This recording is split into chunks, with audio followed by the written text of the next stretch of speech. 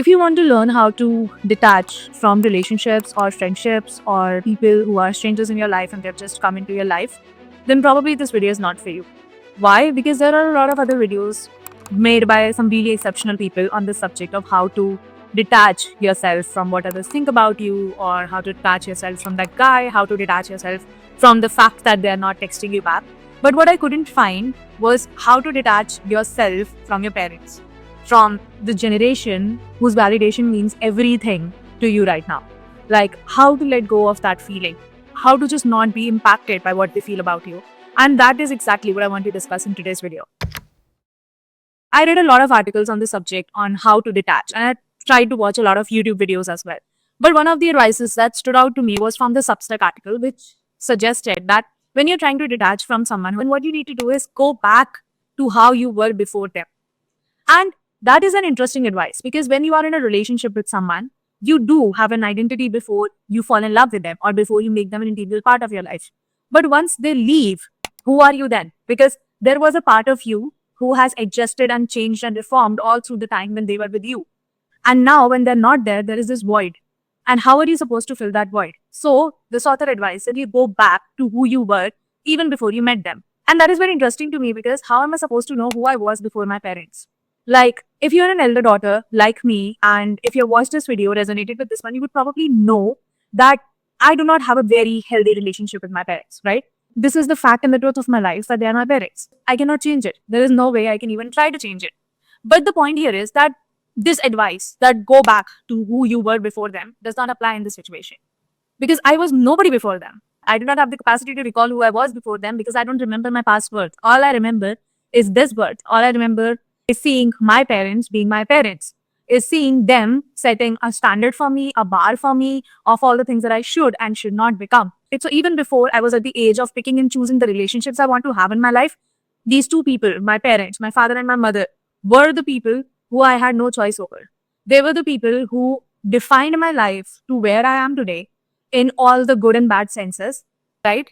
So, what do we do in such relationships? Wherein you do not have a good relationship with your parents, you probably have a very toxic relationship with them.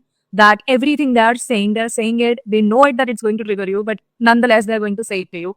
You know that it is going to trigger to you, but nonetheless, you're not able to prevent it from having an impact on you. How do you detach from it? So, detachment literally means that you are in a phase of your life where you do not want to give up your 100% because you are too scared that you're going to be attached to someone. So you're just like, okay, I'm going to play it cool. I'm not going to be attached to this person. So whatever, I'm not going to give anything to them. So that if in case they're not returning anything, then I'm cool. I have come to a point where I have this weight in my, if something is happening as I planned, it's happening for a good reason. If something is not happening as I planned, then it's happening for a very, very good reason. So, I like to believe that I am always protected by those means. And that's why and that's why I am normally a very detached person. But the thing with people like us, since you're watching this, that we have fewer people, fewer things, fewer situations where we allow this vulnerability of emotions from getting attachment with someone. But once we do, it becomes difficult for us to play nonchalant, to become detached, to overcome those situations. Like we take those situations as a learning and we want to move from there, right? The concept of non-attachment states that you are going to give your 100% in all the situations, but you're not going to be attached to the outcome of it. For example, if you're preparing for a life-changing exam, always make sure that all of your efforts, all of your thoughts, all of your energy is going towards putting in the effort for that exam and not dreaming or thinking about what the outcome of that exam should be. Because when you are focused into putting in the efforts, the outcome itself is supposed to be in your favor. But I keep thinking about, my relationship with my parents. And I've tried to apply this learning for the 30 years of my life to this situation that I have with my parents, that I want to give everything. I remember saying this to my friends, to my partner, that for most of the times, I don't care like how they're treating me, if they're valuing me or not, or if they support me or encourage me or say even kind words to me. My whole goal is that if God is giving me, I'm going to give it to them. As simple as that. But then there comes a point in your life when you are like, okay, I am done now. I don't want to move forward from here because all these things are taking a toll on me. And I think that is when you truly want to detach from things, right? So, in my opinion, there are three types of relationships. First is a positive relationship. A positive relationship is where two people, no matter what their societal relationship tag is, get along, They try to uplift each other. They are proving to be stepping stones in each other's life. They're trying to push each other. They just have only this good intention that, okay, I want to see this person grow. And they're just there to cheer you up, support you no matter what. The second type of relationship is a neutral relationship where the person is not appreciating you, but they are not criticizing you. So they do not hold that level of power in your life wherein they want to do any of these things for you. They just simply exist in your life. They could be a good friend that you have a good time with. They could be a relative. They could be a cousin that you just meet and you're like, okay, yeah, and that's it, you move on. And then the third type of relationship is a negative relationship. A negative relationship is where you keep pouring in your energy, you keep pouring in everything that you have in your life, in your material possessions, your thoughts, your planning, your life situation, every single thing you're pouring into this relationship, and all you're getting out of it is a negative outcome. So you could be criticized for all the good things that you are doing because people are going to find a needle in a haystack and they'll be like, oh, but you did not do this. That is a negative relationship. And to have that sort of negative relationship with your family is the worst thing that one person can have. It damages you in ways that you probably feel that you can never recover from. And it took me a lot of time to first actually absorb this fact that your family can actually be this toxic for you. And second, when I finally accepted it, I was in this domain, in this sphere of my life where I was just trying to figure out what do I do about it. So let them theory basically means that you have to accept this fact that some people have simply just vouched to make your life horrible. They do understand that they're giving you pain.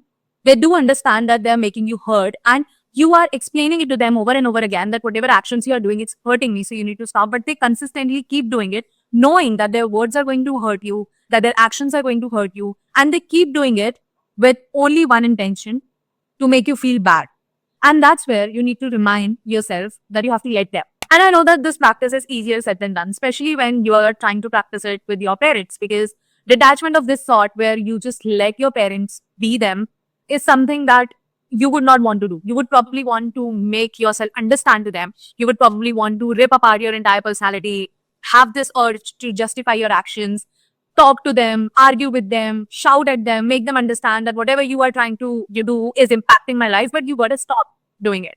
And that is what this let them theory is telling, that you have to stop. You have to put a full stop there. And one of the best ways to practice this let them theory is to remind yourself of your actions. You just have to remind yourself that you did everything in your power you could to make that person happy. Yet that person is not happy. So what are you going to do about it? Are you going to rip yourself open in front of them? Are you going to just keep justifying yourself in front of them? Are you just going to keep wasting your energy in front of them, trying to explain your point of view when they clearly have made up their mind about it? There's only so much you can do in this situation. And that is why it is very, very important that you just focus on your action beyond this. And it applies to all sort of relationships, right? That you have to just make yourself okay with the fact that you poured in all the energy that you had, you gave in all the effort that you could, you literally did everything that was possible for you to make this relationship work. Yet, if that relationship is not working, you have to understand that a clap cannot be done like this. You have to actually slap two hands together to make this sound. It cannot happen with one hand. That is how simple it is. And I think understanding this, making your peace with it, is the ultimate form of detachment. So now I'm not going to sit here and give you like 5 ways how you can practice detachment, because I'm pretty sure that you would have probably tried it. You are logical enough. You are a brainy body enough. What you could not understand is that even after practicing all those things, if you are unable to detach from someone, what are you going to do about it? And that is as simple as practicing the select and theory. And if it is still not working, it is not entirely your fault. You just have to let go of the feeling to control that relationship. You just have to understand that that is how it is. That is how it will be for the remaining of your life. You just have to let them be. Let them be them and let you be you. And with that, I will see you in the next video.